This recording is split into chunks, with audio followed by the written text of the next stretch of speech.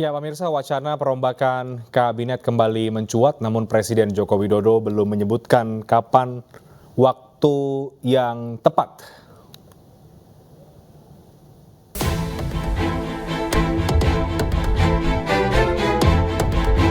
Wacana perombakan kabinet atau reshuffle kembali mengemuka. Hal ini diamini Presiden yang menyatakan tidak menutup adanya kemungkinan bakal kembali merombak kabinet Indonesia Maju.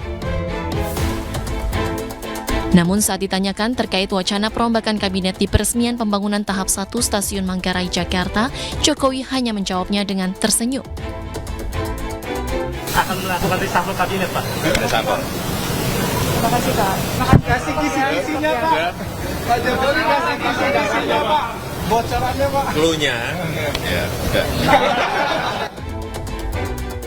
Dari hasil rilis lembaga survei Carta Politika Indonesia, 61,8% responden menyatakan setuju jika Presiden Jokowi merombak kembali menteri-menterinya, dan 26,6% tidak setuju, sementara 11,7% tidak menjawab dan tidak tahu.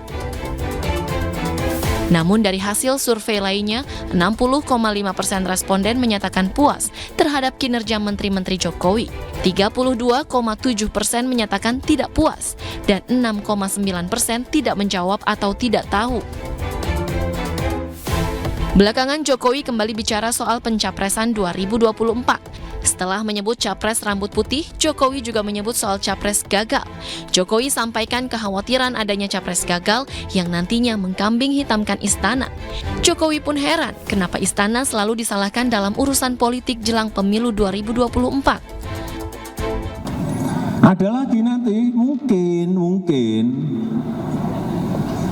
untuk Pilpres nanti bisa seperti itu lagi.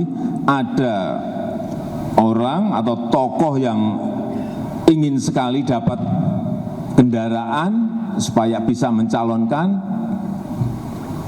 ternyata tidak bisa. Itu udah lagi presiden itu ikut-ikutan, istana ikut-ikutan, kekuatan besar ikut-ikutan. Lah urusannya apa dengan saya? Hati-hati nanti, karena ini yang pengen ikut Pilpres kan banyak. Padahal calonnya nggak tahu nanti bisa 4 pasang, 3 pasang, atau 2 pasang, nggak ngerti kita. Lalu jika benar Jokowi mereshuffle, siapa sosok-sosok yang dinilai berpotensi masuk ke kabinet? Dan siapa kira-kira yang dimaksud Presiden Jokowi mengenai peringatan capres gagal ini?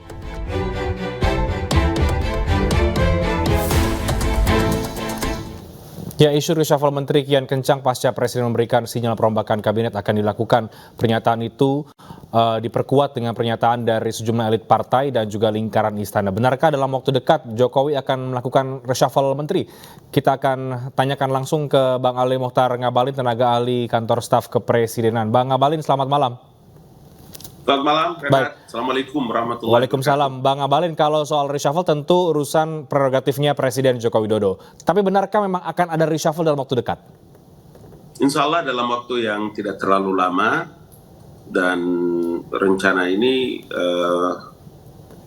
saya mau juga katakan bahwa insya Allah hampir dipastikan tidak tertunda. Oke, tidak tertunda dan tidak dalam waktu dekat. Kebutuhannya apa ini, Bang Ngabalin? Apakah ini kebutuhan politik atau memang kebutuhan secara profesional perlu dilakukan reshuffle ini? Pasti ya, kalau regulasi menjelaskan bahwa presiden yang memiliki kepentingan terhadap mengangkat dan memberhentikan para pembantu beliau, anggota kabinet. Dan yang kedua harus diingat bahwa presiden memiliki evaluasi terhadap kinerja.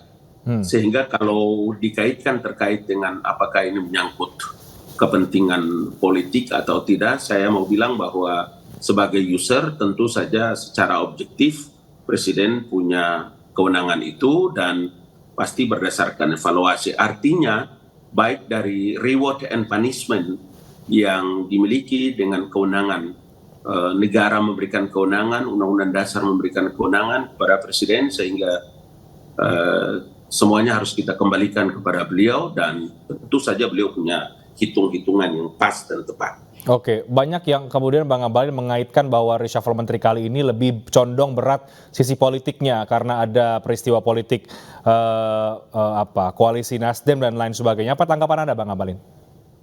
Oh, kalau itu kan dari awal dan di beberapa kali di media sudah saya sampaikan bahwa bagi setiap partai politik koalisi yang bergabung dengan Bapak Presiden sejak tahun 2019 sampai dengan 2024 adalah menjadi kewenangan setiap partai politik untuk bisa mengambil langkah-langkah terkait dengan partainya maupun persiapan kepada 2024. Jadi kalau dikaitkan dengan Nasdem mencalonkan Anies kemudian ini menjadi bagian daripada langkah yang dilakukan oleh Presiden, saya kira itu satu analisa yang keliru. Oke. Jadi kebutuhan akan reshuffle itu menurut Anda lebih karena kebutuhan proporsional, profesional begitu Bang Abalin? Ya pasti karena begini, ada agenda-agenda strategis yang hendak dan akan dilakukan oleh Bapak Presiden dalam mengakhiri periode kedua terakhir sisa waktu ini. Tentu saja seperti apa yang dipesankan kepada kami di kantor staf Presiden, di Seknek, di Sekap, Bapak Jenderal Muldoko selaku Kepala Staf Kantor Kepresidenan selalu juga menyampaikan pesan dari Bapak Presiden bahwa kita harus butuh kerja cepat dalam menyelesaikan banyak sekali program-program strategis nasional yang dicanangkan oleh Bapak Presiden dalam sisa waktu ini. Jadi saya mau tegaskan sekali lagi bahwa apa yang nanti akan diambil insya Allah oleh Bapak Presiden terkait dengan reshuffle kabinet ini adalah pertimbangan-pertimbangan profesionalisme, ada reward, ada punishment yang hendak dilakukan oleh Presiden secara objektif.